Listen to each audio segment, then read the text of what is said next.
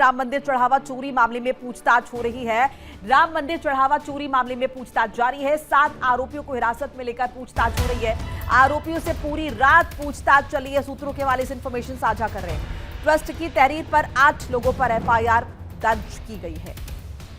तो राम मंदिर चढ़ावा चोरी मामला न सिर्फ सियासत गरमा रही है, बल्कि अब एक्शन भी तेजी से हो रहा है। पूछताछ चल रही है। 7 आरोपियों को हिरासत में लेकर रात भर पूछताछ हुई है।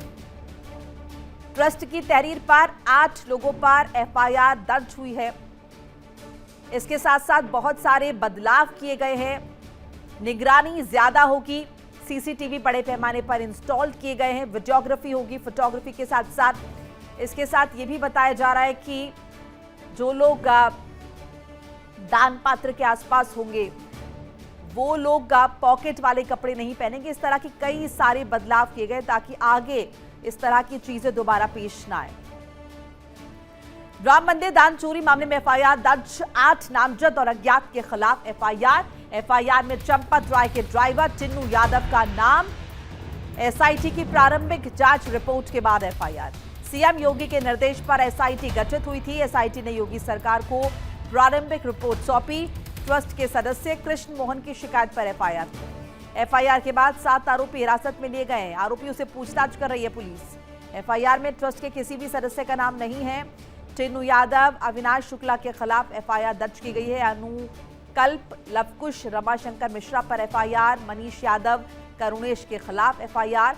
गैर जमानती धाराओं में केस दर्ज हुआ है।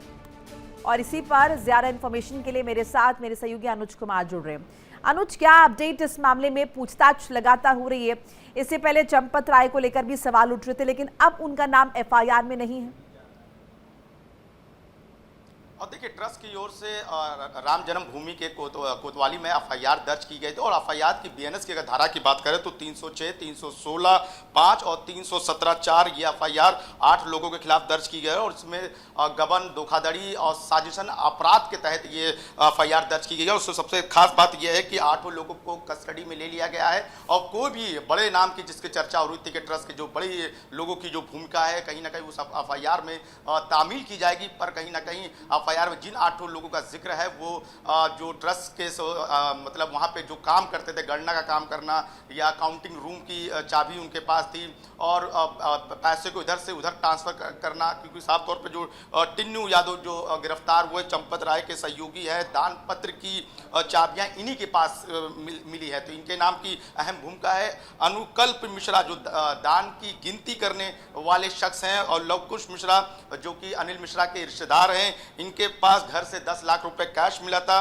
मनीष यादव यानी जो गणना इंचार्ज हैं, सुभाष यादव के रिलेटिव में आते हैं, भतीजा हैं, उनके घर से कैश मिला है। और अविनाश शुक्ला जो कि दान की गिनती करते थे उनके यहाँ मिला है। करुणेश पांडे दान की गणना से जुड़ा मामला है। रमाशंकर मिश्रा, यानी इन सभी की जो भूमिका है वो सवालों घेरे में थी। और सीसीटीवी फुटेज में ये लोग चोरी करते दिखाई दिए थे, जो कि साक्ष्य के तौर पर जो एफआईआर में जो मुकदमे दर्ज किए गए, इन लोगों के जो नाम थे 8 के साथ साथ अज्ञात लोगों के खिलाफ नाम है। और इससे पहले एसआईटी ने सिफारिश करी थी कि एफआईआर दर्ज की जाए, जब 23 तारीख को जो शासन को शुरुआती रिपोर्ट एसआईटी की सौंपी गई थी। अब इन सबका पहले से ही जो ट्रस्ट के सदस्य हैं चंपत राय ने इन सभी का लोगों को पकड़ा भी था। और इन्हीं लोगों को पकड़ने के बाद इनकी निशानदेही पर 3 करोड़ रुपए घर से बरामद भी हुए थे।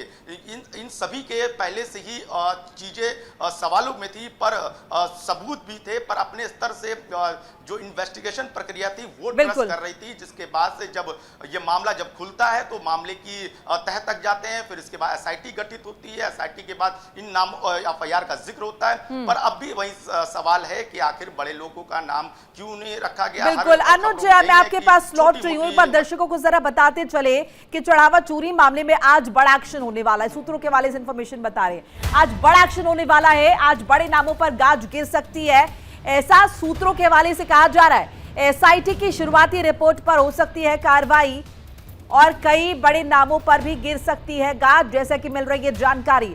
अनुज, अभी तक जो नाम हमने देखे वो नाम बड़े नाम नहीं थे, लेकिन अब जैसा सूत्रों के हवाले से कहा जा रहा है कि आज कुछ बड़ा हो सकता है इस पूरे केस में और कुछ बड़े नामों पर भी गाज गिर सकती है। कितनी सच्चाई इस बात पे और क्या इंफॉर्मेशन मिल रही है आपको?